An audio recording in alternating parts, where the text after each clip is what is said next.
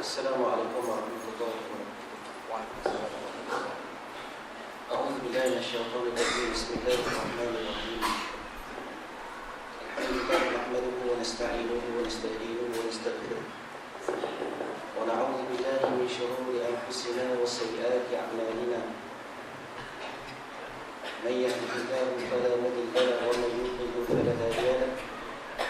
أشهد أن لا إله إلا الله وحده لا شريك له وأشهد أن محمدا عبده ورسوله اللهم صل وسلم على سيدنا محمد وعلى آله وأصحابه ومن تبعه بإحسان إلى يوم الدين أما بعد قال الله عز وجل في كتابه العزيز أعوذ بالله من الشيطان الرجيم بسم الله الرحمن الرحيم يا أيها الذين آمنوا اتقوا الله وقولوا قولا سديدا يصلح لكم أعمالكم ويغفر لكم ذنوبكم ومن يطع الله ورسوله فقد فاز فوزا عظيما أما بعد فإن أصدق الحديث كتاب الله خير الهدي هدي محمد صلى الله عليه وسلم شر الأمور محدثاتها وكل محدثة بدعة وكل بدعة ضلالة أما بعد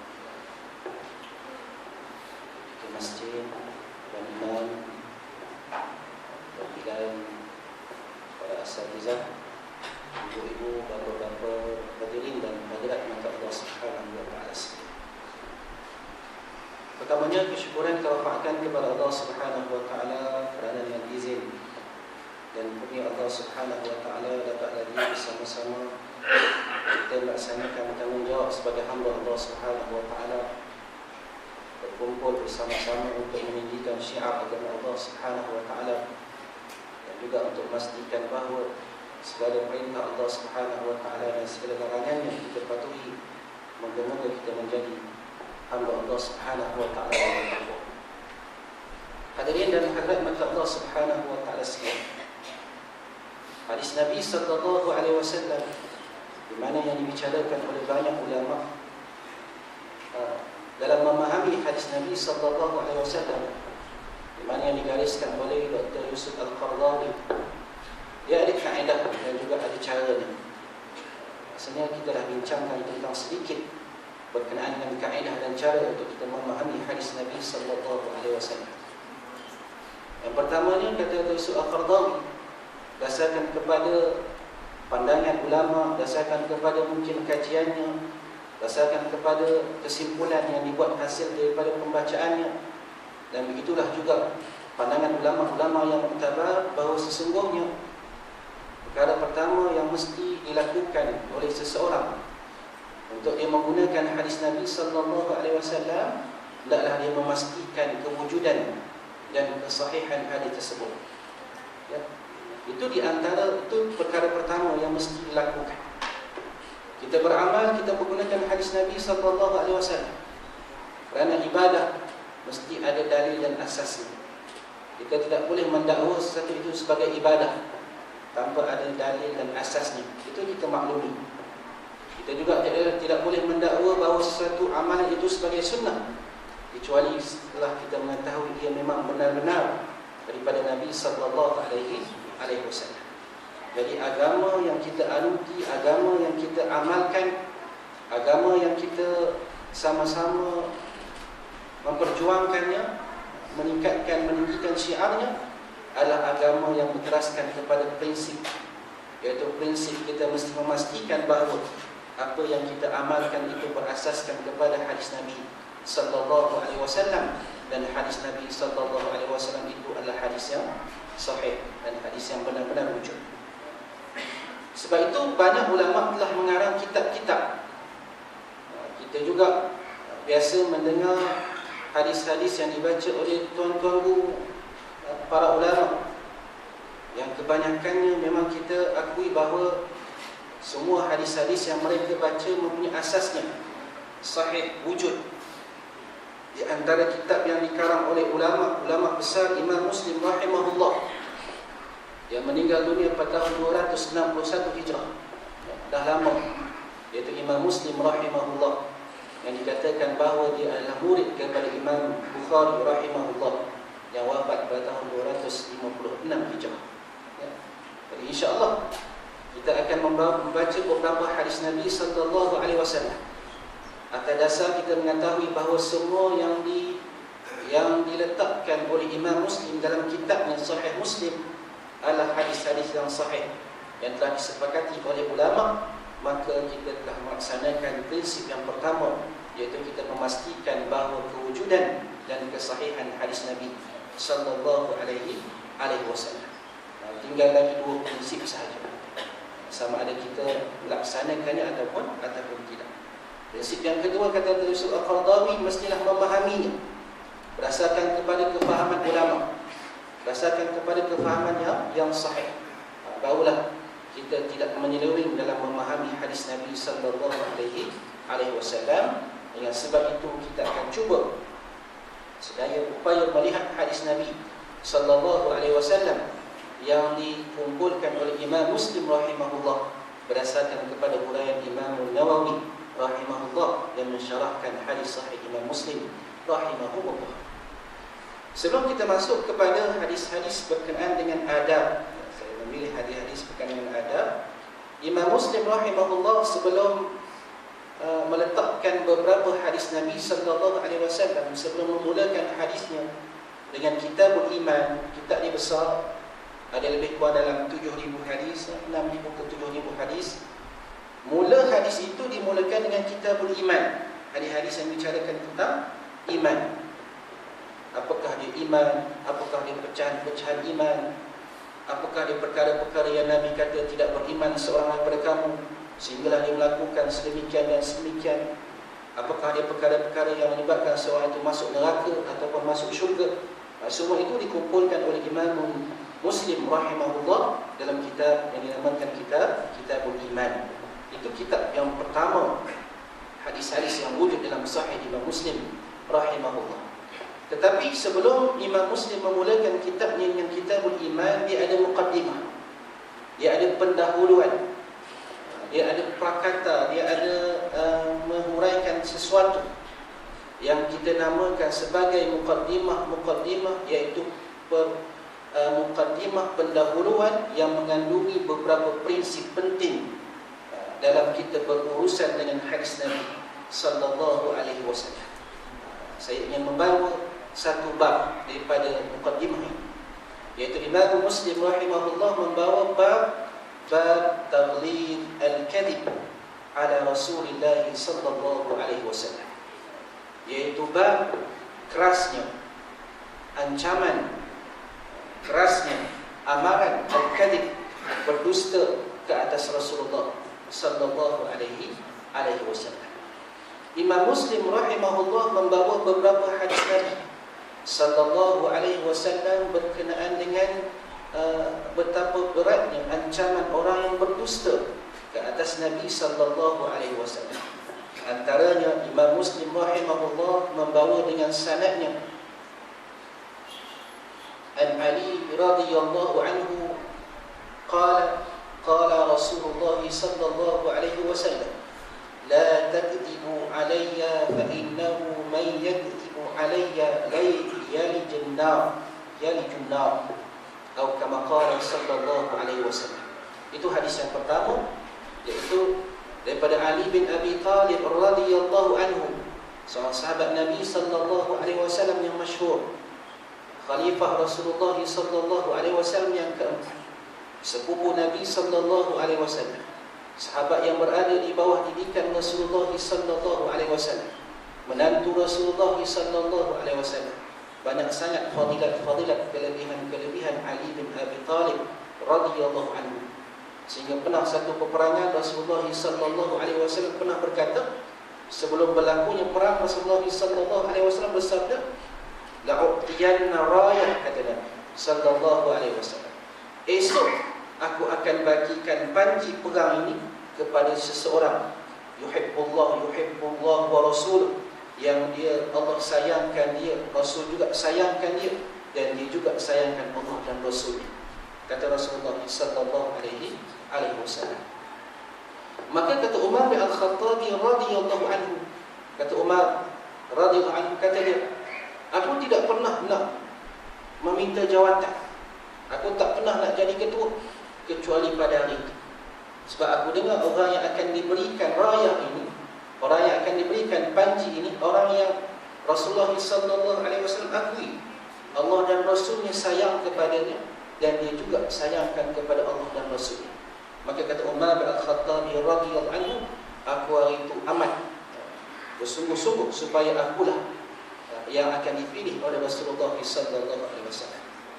Ketika waktunya untuk memberikan raya panji, maka Umar bin Al-Khattab kata, lebih kurang aku pun seolah-olah menampakkan diri, takut Rasulullah tak nampak, gitu kan. Akhirnya Rasulullah SAW memberikan raya ataupun banji kepada Ali bin Abi Thalib radhiyallahu anhu. Maka berjayalah dibuka kota dengan pimpinan ataupun dengan urusan yang diketuai oleh Ali radhiyallahu anhu. Banyak kelebihan fadail Ali radhiyallahu anhu, tetapi kita di mana akidah ahli sunnah wal jamaah tidaklah sampai melampau sehingga mengangkat Ali sebagai Tuhan ataupun mengangkat Ali yang lebih layak menjadi khalifah selepas daripada Abu Bakar As-Siddiq dan Umar bin Al-Khattab radhiyallahu anhu. Itu di Ali radhiyallahu anhu yang mempunyai banyak kelebihan, dan kesemua sahabat Rasulullah sallallahu alaihi wasallam diakui bahawa mereka itu redha kepada Allah dan Allah redha kepada mereka. Kata Ali bin Abi Thalib radhiyallahu anhu, qala Rasulullah sallallahu alaihi wasallam, Rasulullah sallallahu alaihi wasallam bersabda, la takdzibu alayya fa innahu man yakdzibu alayya yalijun nar, atau kama qala sallallahu alaihi wasallam. Jangan kamu semua berdusta ke atasku, kata Nabi. Fa innahu, kerana sesungguhnya, man yakdzibu alayya, sesiapa yang berdusta ke atasku, yalijun nar, dia akan masuk neraka Allah subhanahu wa ta'ala. Ia satu ancaman yang besar, satu amalan yang besar. Dalam satu hadis lain daripada Anas bin Malik radhiyallahu anhu, juga seorang sahabat Nabi sallallahu alaihi wasallam, Imam Muslim rahimahullah membawa hadis daripada Anas bin Malik radhiyallahu anhu, annahu qala innahu la yamna'uni an uhaddithakum hadithan katsira anna Rasulullah sallallahu alaihi wasallam qala man ta'ammada alayya kadiba falyatabawwa maq'adahu minan nar, atau kama qala sallallahu alaihi wasallam. Anas bin Malik radhiyallahu anhu, seorang sahabat Nabi sallallahu alaihi wasallam yang dianggap sebagai muksirin, yang banyak meriwayatkan hadis Nabi sallallahu alaihi wasallam. Kalau kita baca banyak kitab-kitab hadis, banyak sungguh hadis-hadis yang diriwayatkan oleh Anas bin Malik, seorang sahabat Nabi sallallahu alaihi wasallam yang dianggap sebagai khadim, pembantu kepada Rasulullah sallallahu alaihi wasallam. Mak ibu kepada Anas bin Malik radhiyallahu anhu, ketika Anas bin Malik masih kecil, dibawa Anas bin Malik kepada Rasulullah sallallahu alaihi wasallam. Kata ibu kepada Anas bin Malik, ibni hadha, anakku ini akan berkhidmat kepadamu ya Rasulullah sallallahu alaihi wasallam. Maka berkhidmatlah Anas bin Malik kepada Rasulullah sallallahu alaihi wasallam selama 10 tahun. Ya, walaupun Anas bin Malik masih kecil, masih kanak-kanak, diceritakan umurnya belum pun 10 tahun. Banyak salahnya. Dialah kerja dia membawa selipar Nabi sallallahu alaihi wasallam. Sahabat-sahabat Nabi ini banyak yang khusus, ya, banyak yang berkhidmat kepada Rasulullah sallallahu alaihi wasallam. Tak ada bayaran pun. Kalau kita hari ini semuanya nak bayaran, ya, nak berkhidmat dengan orang-orang besar. Ya. Ada di kalangan sahabat Nabi sallallahu alaihi wasallam, antaranya Abdullah bin Mas'ud, kerjanya membawa selipar Nabi sallallahu alaihi wasallam. Ada di kalangan sahabat Nabi sallallahu alaihi wasallam, Anas bin Malik, kerjanya menyiapkan air wuduk Nabi sallallahu alaihi wasallam. Begitulah kasih dan sayangnya para sahabat Nabi sallallahu alaihi wasallam kepada baginda sallallahu alaihi wasallam. Anas bin Malik radhiyallahu anhu, seorang yang didoakan oleh Nabi sallallahu alaihi wasallam akan dibanyakkan zuriatnya, dipanjangkan umurnya, dibanyakkan hartanya. Maka akhir usia Anas bin Malik, zuriatnya hampir 120 orang zuriat, termasuk anak dan cucu. Tamannya, kebunnya, dikatakan bahawa kalau kebun orang lain berbuah setahun sekali, tapi kebunnya berbuah dua kali setahun. Ya, itu di antara mukjizat doa, keberkatan doa Rasulullah sallallahu alaihi wasallam. Apa kata Anas bin Malik? Innahu la yamna'uni an uhaddithakum. Sesungguhnya yang menghalang aku, uhaddithakum, untuk aku sampaikan kepada kamu hadis-hadis yang banyak. Anas bin Malik ini banyak menyampaikan hadis. Maknanya dia banyak lagi dia tak sampaikan, kerana ada sesuatu yang menghalangnya daripada dia menyampaikan hadis Nabi sallallahu alaihi wasallam. Innahu la yamna'uni, sesungguhnya yang menghalang aku daripada menyampaikan kepada kamu semua hadis kathir, yang banyak. Anna Rasulullah sallallahu alaihi wasallam qala, sesungguhnya Rasulullah sallallahu alaihi wasallam bersabda, man ta'ammada alayya kadhiba falyatabawwa maq'adahu minan nar, atau kama qala sallallahu alaihi wasallam. Sesiapa yang secara sengaja berdusta ke atasku, maka dia menempah tempatnya dalam neraka Allah subhanahu wa ta'ala. Hadirin dan hadirat mata Allah subhanahu wa ta'ala sekalian, apakah yang dimaksudkan berdusta ke atas Nabi sallallahu alaihi wasallam? Adakah kita termasuk dalam ancaman-ancaman seumpama ini? Para sahabat Nabi sallallahu alaihi wasallam amat faham. Tak apalah mereka faham, sebab mereka itu berbangsa Arab. Mereka itu dididik oleh Rasulullah sallallahu alaihi wasallam. Sebab itu kita perlu membaca kisah hidup para sahabat radhiyallahu alaihim ajma'in untuk kita contohi, kerana mereka lah yang menterjemahkan sunnah Rasul sallallahu alaihi wasallam. Kerana mereka lah yang menterjemahkan agama Islam itu sendiri secara sempurna yang dibawa oleh Rasulullah sallallahu alaihi wasallam. Ada seorang sahabat Nabi sallallahu alaihi wasallam, saya pun dah lupa siapa namanya. Sahabat Nabi sallallahu alaihi wasallam ini dia tak riwayatkan, dia tak ada hadis kecuali satu je. Apa hadis dia? Hadis dia ni lah, sesiapa yang berdusta ke atasku secara sengaja, maka dia menempah tempatnya dalam neraka Allah subhanahu wa ta'ala. Dia tak riwayatkan hadis kecuali satu je, sebab dia takutkan ancaman yang besar yang dikemukakan oleh Rasulullah sallallahu alaihi wasallam. Dan hadis ini kata ulama adalah hadis yang mutawatir, hadis yang banyak diriwayatkan oleh para sahabat. Berpuluh-puluh orang sahabat meriwayatkan hadis ini. Jangan kamu berdusta ke atasku, kerana sesungguhnya sesiapa yang berdusta ke atasku, maka dia menempah tempatnya dalam neraka Allah subhanahu wa ta'ala. Dan hadis yang sebelum itu kita baca, janganlah kamu semua berdusta ke atasku, kerana sesungguhnya sesiapa yang berdusta ke atasku, dia akan masuk neraka Allah subhanahu wa ta'ala. Apakah maksud dusta? Apakah maksud penipu? Di mana yang kita maklumi dusta ataupun tipu ini, iaitu khabar yang tak benar, yang bertentangan dengan hakikat. Itu dia. Sesuatu khabar, sesuatu berita yang bertentangan dengan hakikat, sama ada sengaja ataupun tidak, maka dianggap sebagai dusta, tipu. Ya. Dusta. Dan kita dapat satu mesej WhatsApp, kita tengok situ bahawa sesungguhnya Rasulullah sallallahu alaihi wasallam kita diberikan satu hadis Nabi sallallahu alaihi wasallam. Sesiapa yang sampai kat saya lah, mungkin kat tuan-tuan banyak sampai, yang sikat rambut secara berdiri, maka dia akan ditimpa hutang yang banyak. Ini hadis ni, kita pun sebarkan dengan anggapan dan dengan niat untuk berdakwah, supaya lepas ni dah tak ada orang bersikat berdiri, semua duduk. Adakah hadis itu bertepatan, betul disandarkan kepada Nabi sallallahu alaihi wasallam secara hakikatnya? Kalau tak betul, tak pernah pun Nabi sallallahu alaihi wasallam lafazkan, tak ada pun dalam mana-mana kitab ulama kata, kitab hadis ulama kata itulah lafaz hadis Nabi sallallahu alaihi wasallam, maknanya khabar itu adalah khabar yang dusta, khabar yang penipu, khabar yang tak betul. Jadi apa hukum kita sebar? Nasib baik kita tak tahu.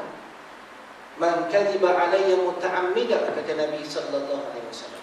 Sesiapa yang berdusta ke atasku secara sengaja, hak sengaja itu yang menempah tempatnya dalam neraka.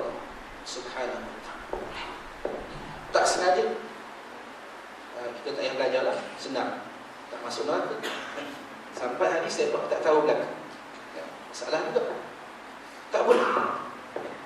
Menyebar secara sengaja hadis palsu itu haram, dosa besar, masuk dalam neraka. Memanglah tidak selama-lamanya, kerana yang menerima yang masuk neraka selama-lamanya hanyalah dosa syirik kepada Allah Subhanahu wa taala. Adapun dosa berdusta ke atas Nabi sallallahu alaihi wasallam, kalau dianggap halal, perbuatan itu halal, perbuatan itu tak mengapa, maka dia telah menghalalkan sesuatu yang haram. Dia juga akan selama-lamanya masuk neraka Allah Subhanahu wa taala. Ancaman ini ancaman yang besar. Tapi banyak yang kita tidak sedar. Asal amat susah, sukar. Semua benda yang sampai kat kita, semua kita nak sepak. Tak apa, kita ada niat yang baik, hati yang ikhlas, supaya orang boleh buat kebaikan dengannya, supaya orang boleh tahu tentang agama Allah Subhanahu wa taala. Tapi hadirin dan hadirat Allah Subhanahu wa taala sekalian, sesuatu perkara yang tidak dilafazkan oleh Nabi sallallahu alaihi wasallam, yang tidak dilakukan oleh Nabi sallallahu alaihi wasallam, yang tidak nampak pun para sahabat Nabi pernah buat sallallahu alaihi wasallam, kalau kita sandarkan kepada Nabi sallallahu alaihi wasallam, maka ia adalah satu yang palsu. Hadis maudhu' kata ulama. Maudhu' itu maksudnya palsu, makdzub, hadis dusta, mukhtalaq, hadis yang direka cipta ke atas Rasulullah sallallahu alaihi wasallam. Apakah hukum meriwayatkan hadis palsu? Ulama kata hukum meriwayatkan hadis palsu adalah haram. Habis itu kalau nak sampaikan boleh, tetapi dengan hukumnya. Ini yang saya sampaikan ini adalah hadis yang palsu, atau tak? Tapi kalau semata-mata menyampainya tanpa disebutkan hukumnya, maka ia boleh membawa kepada perlakuan yang haram, yang amat ditegah oleh Rasulullah sallallahu alaihi wasallam. Sebab itu ulama sudah membawa jalan keluar.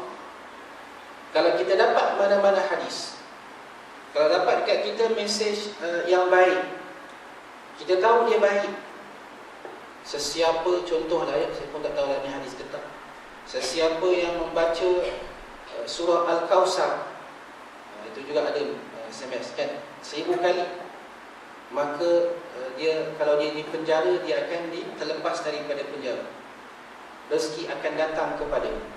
Kita duduk je lah, kita baca surah Al-Kawthar, InsyaAllah banyak duit kita kan? Itu semua bertentangan. Kalaupun kita nak buat, tapi jangan kita sandarkan kepada Nabi SAW dah. Cara mudah. Saya pernah mendengar satu perkataan, satu ungkapan yang baik, lafaznya begini, tak apa, kita tak sandarkan kepada Nabi SAW. Kita tak kata Nabi SAW buat, kita tak kata Nabi SAW yang keluarkan lafaz itu. Saya nak buat perkara baik, bukan semua perkara baik itu boleh kita sandarkan kepada sunnah. Itu juga kita kena faham apa maksud sunnah. Sebab itu kita dah bicarakan maksud pengertian hadis, pengertian sunnah. Sunnah sesuatu yang disandarkan kepada Nabi sallallahu alaihi wasallam. Sunnah yang ada pahala. Kalau ia bukannya perbuatan Nabi sallallahu alaihi wasallam, jangan kita sandarkan kepada Nabi sallallahu alaihi wasallam. Ni kenapa baca surah Al-Mulk tiap-tiap malam? Itu memang sunnah, itu memang ada hadis. Ni kenapa baca 5 juzuk tiap-tiap malam? Sebab ini perkara yang baik, ini yang saya mampu, dan tuntutan membaca Al-Quran itu dituntut dalam agama. Membaca 5 juzuk tiap-tiap malam itu sunnah Nabi. Itu susah. Bila pula Nabi baca 5 juzuk? Tahu ke kita? Ada ke hadisnya? Kan? Surah-surah tertentu itu ada. Buatlah perkara-perkara baik, tak ada masalah. Nabi SAW menggalakkan umatnya melakukan perkara-perkara yang baik. Tetapi Islam dia ada kaedah dan sistem, ya, agar tidak kita mewajibkan seseorang sesuatu yang tidak wajib. Pun begitu, kita lihat banyak sunnah Nabi SAW yang disalah tafsirkan. Sebab itu prinsip yang kedua kita kata bahawa kita mesti faham hadis Nabi sallallahu alaihi wasallam mengikut kefahaman ulama. Ya. Itu juga menjadi masalah. Pakai jubah itu sunnah ke tidak? Kata sahabat Rasulullah sallallahu alaihi wasallam, tak silapnya Aisyah ataupun Ummu Salamah radhiyallahu anha, katanya, kana ahabbu asyab atau ahabbu libas, sesungguhnya pakaian yang paling disukai oleh Rasulullah sallallahu alaihi wasallam itu al-qamis. Qamis. Apa dia qamis? Kalau diterjemahkan dalam bahasa Melayu klasik, baju kurung panjang. Jubah lah tu, kan? Itulah dia pakaian yang paling disukai oleh Rasulullah sallallahu alaihi wasallam. Tengok pula huraian. Apa kata ulama? Sebab apa jubah itu paling disukai oleh Rasulullah sallallahu alaihi wasallam? Paling mudah, paling ringan, paling senang. Itu dia sifat-sifat kenapa Nabi suka. Tiba-tiba jubah kita berat, butang pula sampai 10. Kalau nak pakai tu 15 minit nak pakai. Susah. Bertingkat-tingkat semuanya nak pakai. Jubah kita contoh, tak adalah kat sini kan contoh. Dia sudah menafikan sunnah. Dia sudah menafikan sunnah. Ya, sebab itu kita kena faham bahawa hadis Nabi sallallahu alaihi wasallam ini ada di kalangannya hadis-hadis yang memerlukan kepada kita meneliti uraian para ulama. Hadirin dan hadirat maka Allah Subhanahu wa taala sekalian, begitulah bab yang pertama berkenaan dengan larangan tadlis, ancaman besar untuk berdusta ke atas Nabi sallallahu alaihi wasallam. Hadirin dan hadirat maka Allah Subhanahu wa taala sekalian, kita ingin membaca satu hadis Nabi sallallahu alaihi wasallam yang lain. Kita ingin mengambil Kitabul Adab, ya, Kitabul Adab, adab yang agak ke belakang. Kalau dalam Sahih Muslim, dia sudah bilangan yang ke-38. Hadisnya sudah hadis yang ke-2131 hadis Nabi sallallahu alaihi wasallam.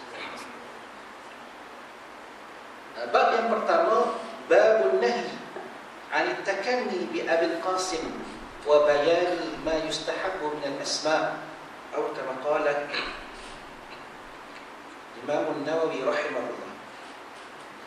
Dalam kitab adab ini, bab yang pertama iaitu bab larangan untuk kita berkunyah dengan Abil Qasim dan keterangan huraian galakan ataupun saranan-saranan nama-nama yang baik. Ini bagi anak-anak. Dalam bab ini Imam Muslim rahimahullah membawa hadis yang pertama. Kata Imam Muslim rahimahullah, hadatsani Abu Quraib Muhammad bin Ala wa ibn Abi Umar qala Abu Quraib akhbarana wa qala ibn Abi Umar hadatsana wa lahu qala hadatsna Marwan ya'niyani Fazari an Humayd an Anas bin Malik radhiyallahu anhu qala nada rajulan bil Baqi' ya Abul Qasim faltafata ilayhi Rasulullah sallallahu alaihi wasallam faqala ya Rasulullah inni lam a'inka innama da'awtu fulanan faqala Rasulullah sallallahu alaihi wasallam tasammu bi ismi wa la takannu bi kunyati atau kama qala sallallahu alaihi wasallam. Bab ini adalah bab yang menerangkan tentang kunyah yang biasa dipakai oleh orang Arab. Kunyah ni gelaran. Kalau anak kita yang paling sulung itu bernama Muhammad, maka kita dipanggil sebagai Abu Muhammad, ya, bapa Muhammad, ayah Muhammad, pak Muhammad. Bukan nama dia Muhammad, nama anak dia Muhammad, ya. Kalau anak kita yang besar bernama Suhail, maka dia Abu Suhail. Abu Suhail nama sebenarnya kita kata Abdul Karim. Abu Suhail, Abu Karim, Abdul Karim. Itu yang dinamakan sebagai kunyah, gelaran. Boleh ke? Boleh. Sunnah ke? Sunnah. Sebab Nabi sallallahu alaihi wasallam ada kunyah. Kalau kita nak buat atas dasar kita mengikut contoh Nabi sallallahu alaihi wasallam, dan Nabi sendiri memberi kunyah kepada para sahabat, maka tak ada masalah. Ya, ikutlah. Ya. Tak ada anak boleh ke? Boleh, tak ada masalah. Oh, nama anak orang lain boleh ke? Ada nama anak sendiri, kita kan boleh nama anak orang lain. Boleh nama anak sendiri. Ya. Abu sebagainya. Imam Muslim rahimahullah meriwayatkan hadis daripada Anas bin Malik dengan sanadnya. Kata Anas bin Malik radhiyallahu anhu, sahabat yang telah kita bicarakan sedikit tentang biografinya. Anas bin Malik radhiyallahu anhu berkata, "Nada rajulun rajulan bil Baqi'." Seorang lelaki memanggil seorang lelaki yang lain. Di mana? Bil Baqi'. Di Baqi' di Madinah Al-Munawwarah. Maka kita pernah dengar dia berhubungan dengan perkuburan Baqi', ya. Dia memanggil sahabatnya di Baqi', "Ya Abul Qasim, wahai bapa Al-Qasim." Dia panggil.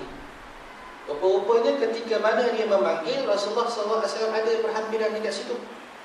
Lantas Rasulullah SAW pun menoleh. Faltafata ilaihi Rasulullah SAW. Maka Rasulullah SAW pun berpaling. Rasulullah menganggap bahawa dia memanggil nama baginda. Maka kata lelaki itu, faqala ya Rasulullah, wahai Rasulullah, aku tidak maksudkan tuan, wahai Rasulullah. Innama da'autu fulanan, akan tetapi aku memanggil orang lain, fulan.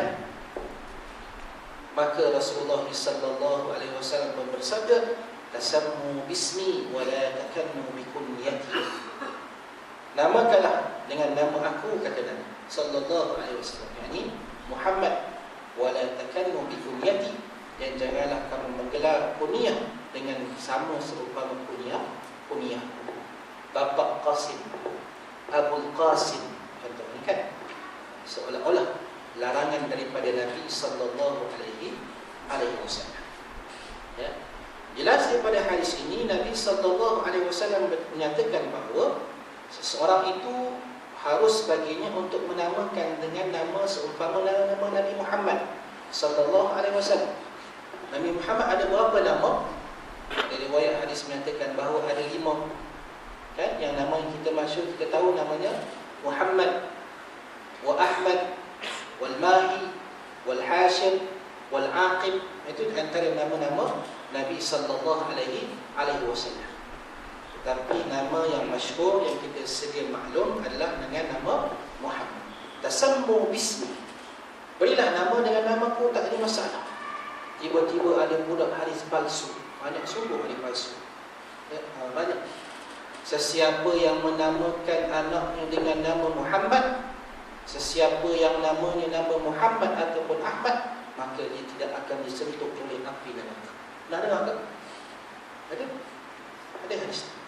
Dia ada hadis yang palsu, hadis yang dusta. Kadang-kadang orang tak pun nama Muhammad kan jadi sebesalah, masuk neraka ke mana?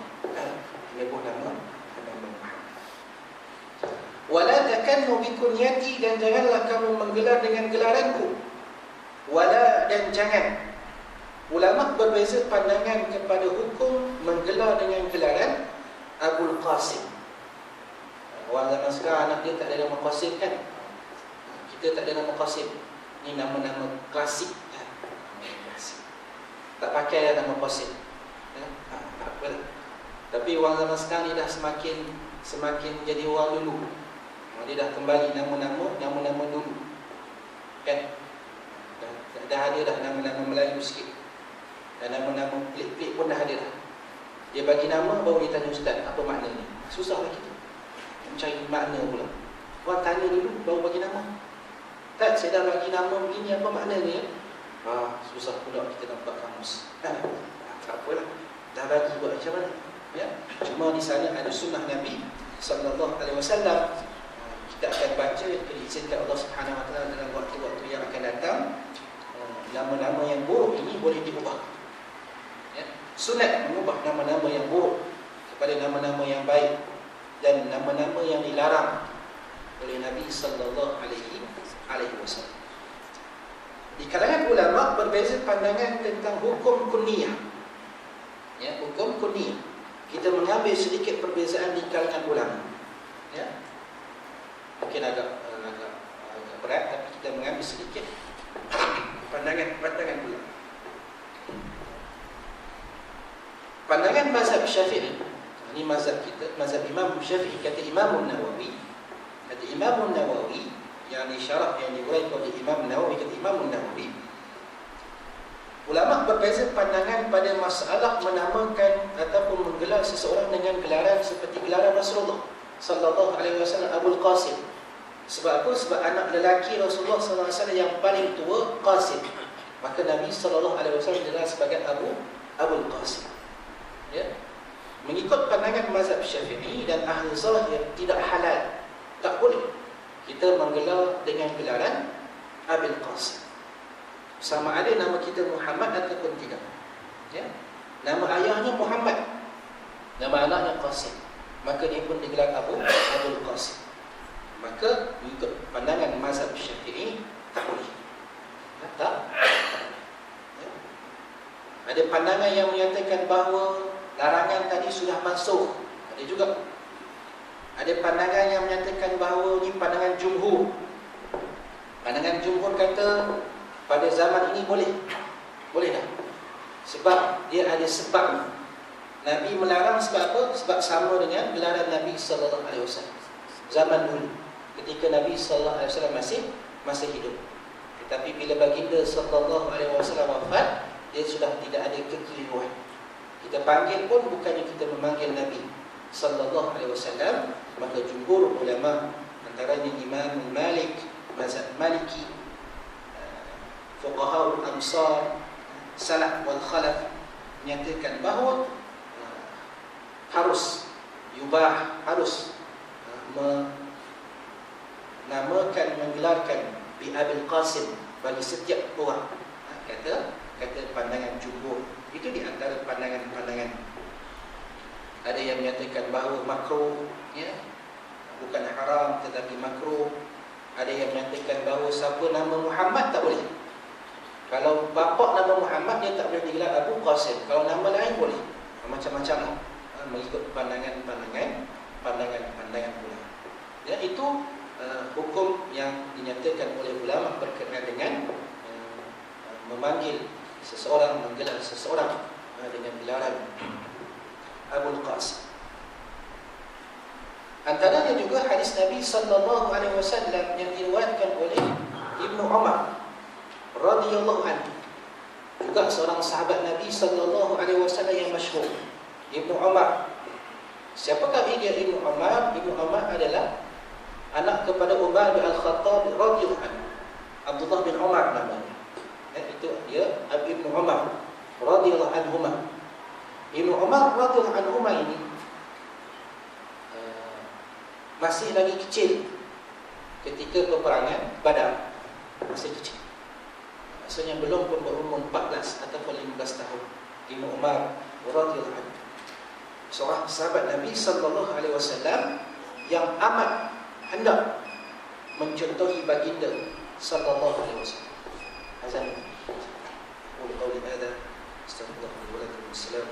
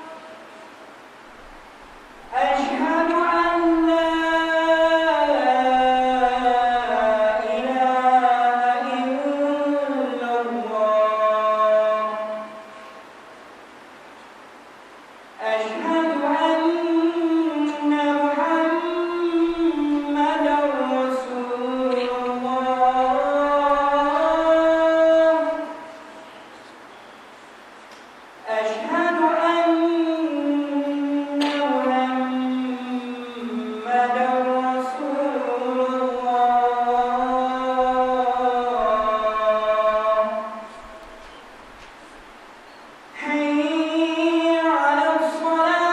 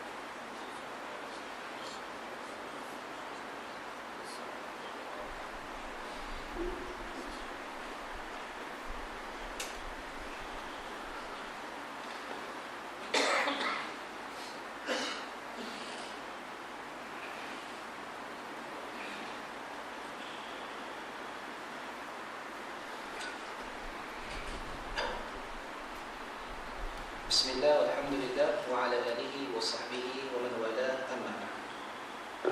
Ibnu Umar radhiyallahu anhuma, seorang sahabat Nabi sallallahu alaihi wasallam yang amat hendak mencontohi baginda sallallahu alaihi wasallam. Sehingga dikatakan bahawa Ibnu Umar radhiyallahu anhuma apabila dia pergi bermusafir, contohnya dia pergi buat umrah, maka dia akan berhenti di setiap tempat yang mana Rasulullah sallallahu alaihi wasallam berhenti. Dia Abdullah bin Umar. Satu hari baginda sallallahu alaihi wasallam berkata kepada kakak Abdullah bin Umar radhiyallahu anhu, radhiyallahu anha, kata baginda sallallahu alaihi wasallam, ni'mar rajul Abdullah in yaqumul lail, atau kama qala sallallahu alaihi wasallam. Sebaik-baik lelaki Abdullah itu, dan Abdullah bin Umar, kalau dia sentiasa menghidupkan malamnya. Maka sejak daripada itu, apabila Abdullah bin Umar mendengar kata Nabi sallallahu alaihi wasallam, dia tidak pernah meninggalkan qiyamul lail. Dia sentiasa melakukan qiyamul lail. Kata Abdullah bin Umar radhiyallahu anhu, qala Rasulullah sallallahu alaihi wasallam, sabda Rasulullah sallallahu alaihi wasallam, inna ahabba asma'ikum ila Allah, sesungguhnya yang paling dicintai nama-nama kamu di sisi Allah Subhanahu wa ta'ala, Abdullah, iaitu nama Abdullah, wa Abdurrahman, dan juga nama Abdurrahman. Ini di antara dua nama yang ada padanya lafaz Rasulullah sallallahu alaihi wasallam yang amat dicintai, yang disukai oleh Allah Subhanahu wa ta'ala. Ya, itu di beberapa hadis Nabi sallallahu alaihi wasallam berkenaan dengan hadis yang terakhir. Mungkin kita boleh baca sedikit. An Jabir bin Abdullah radhiyallahu anhu qala, Imam Muslim juga membawa hadis dari Jabir bin Abdullah, sahabat daripada golongan Ansar, Jabir bin Abdullah. Yang saya tahu, yang saya ingat, saya akan terang dengan sahabat-sahabat ini. Jabir bin Abdullah, kalau tak silapnya, seorang sahabat Nabi sallallahu alaihi wasallam yang mana dia dan bapanya Abdullah turut berperang. Kalau tak silapnya, ayahnya terbunuh, Abdullah bin Haram, juga seorang sahabat Nabi sallallahu alaihi wasallam. Terbunuhnya Abdullah bin Haram dalam peperangan yang menyebabkan Jabir bin Abdullah masa sedih. Nyatakan juga, kalau tak silapnya, Abdullah ini, bapa kepada Jabir ini, terbunuh dengan sebab tersilap. Tentera Islam tersilap membunuh bapanya, yakni Abdullah bin Haram, atau kama qala rahimahullah, berkata, ulida li rajulin minna ghulam, seorang lelaki di kalangan kami dianugerahkan kanak, dianugerahkan bayi, dilahirkan baginya seorang bayi. Fasammahu Muhammadan, maka dia pun menamakan anaknya dengan nama Muhammad. Zaman Nabi sallallahu alaihi wasallam. Faqala lahu qaum, maka kaumnya pun berkata, la nad'uka tusammi bismi Rasulillah sallallahu alaihi wasallam, kami tak akan biarkan kamu menamakan anakmu dengan nama Rasulullah sallallahu alaihi wasallam. Semua kena tanya Rasulullah sallallahu alaihi wasallam. Begitulah. Sebab mereka ada di sisi mereka Rasulullah sallallahu alaihi wasallam. Senang. Ya. Ini dah buat perkara yang tak pernah dibuat orang. Muhammad. Tak ada lagi orang bernama Muhammad. Dan kamu telah menamakan anakmu seumpama nama Rasulullah sallallahu alaihi wasallam. Kami tak akan biarkan sehinggalah kami bertanya kepada baginda sallallahu alaihi wasallam. Fantalaqa ibni hamilahu ala dhahri, lelaki ini membawa anaknya bersama-sama. Fa'ata bihi Nabi sallallahu alaihi wasallam, dan dia pun bertemu dengan Nabi sallallahu alaihi wasallam. Faqala ya Rasulullah, dia berkata, wahai Rasulullah, ulida li ghulam, dilahirkan kepadaku untukku ghulam, seorang kanak-kanak bayi. Fasammaituhu Muhammadan, aku namakan dia dengan Muhammad. Faqala li qaumi, dan kaumku berkata, aku tak akan biarkan kamu menamakannya dengan nama Rasulullah sallallahu alaihi wasallam. Maka sabda Rasulullah sallallahu alaihi wasallam, tasammu bismi wa la taktanu bi kunyati fa innama ana qasim aqsimu bainakum, atau kama qala sallallahu alaihi wasallam. Berilah nama dengan seumpama namaku, wala taktanu bi kunyati, dan jangan digelar kunyahnya seumpama kunyahku, fa innama ana qasim, sesungguhnya aku adalah qasim, aqsimu bainakum, yang membahagi-bahagikan di antara kamu. Atau kama qala sallallahu alaihi wasallam. Masalah membahagikan, memberi nama anak Muhammad ini, kalau zaman Umar bin Al-Khattab radhiyallahu anhu, Umar bin Al-Khattab tak benarkan orang memberikan anaknya dengan nama Muhammad. Itu zaman Umar bin Al-Khattab radhiyallahu anhu. Sebab apa? Sebab di sana ada hadis Nabi sallallahu alaihi wasallam, tasammuna auladakum Muhammadan summa tal'anunahum, kata Nabi sallallahu alaihi wasallam. Kamu menamakan anakmu Muhammad, kemudian kamu mencela mereka. Sebab nama Muhammad itu apa? Nama Muhammad itu maksudnya terpuji. Dah lah bagi nama Muhammad, tiba-tiba kita cina, kita umpat, kita kutuk, macam-macam. Sebab itu Umar bin Al-Khattab, dia bukan larangan untuk bagi nama, tetapi larangan kepada perbuatan mencela, itu je. Tapi Umar bin Al-Khattab radhiyallahu anhu, disebabkan untuk menjaga nama Nabi Muhammad sallallahu alaihi wasallam, dia tidak benarkan. Ya, pada zamannya kalau dia dengar ada orang menamakan anaknya dengan nama Muhammad, maka dia akan menukarkannya dengan nama yang lain, Abdul Rahman dan sebagainya. Ada juga ya hadis-hadis yang menyatakan bahawa tak mengapa kita menamakan anak kita dengan nama Muhammad, moga-moga dia juga menjadi seorang yang terpuji. Selalu kita doakan dengan nama Muhammad, tapi kita panggil apa dia? Mamat. Tak ada maknanya kan? Mat. Bagi Muhammad tu dah panjang sangat kita kata, ya. Sebab itu orang bagi nama yang ringkas dan ada makna supaya mudah dipanggil dan mempunyai makna yang baik. InsyaAllah dia ada perkara yang baik untuk kita laksanakan. Dari kesimpulannya boleh kita nyatakan bahawa hadis Nabi sallallahu alaihi wasallam ini sebagai larangan. Jumhur kata larangan pada zaman Nabi sallallahu alaihi wasallam untuk kita gelarkan seseorang itu dengan nama gelar Abul Qasim seumpama gelaran Nabi sallallahu alaihi wasallam, dan tidak menjadi salah untuk kita menamakan sesiapa pun anak kita, sahabat kita, sesiapa pun dengan nama Muhammad. Moga-moga dengan nama itu boleh menyebabkan dia menjadi orang-orang yang terpuji.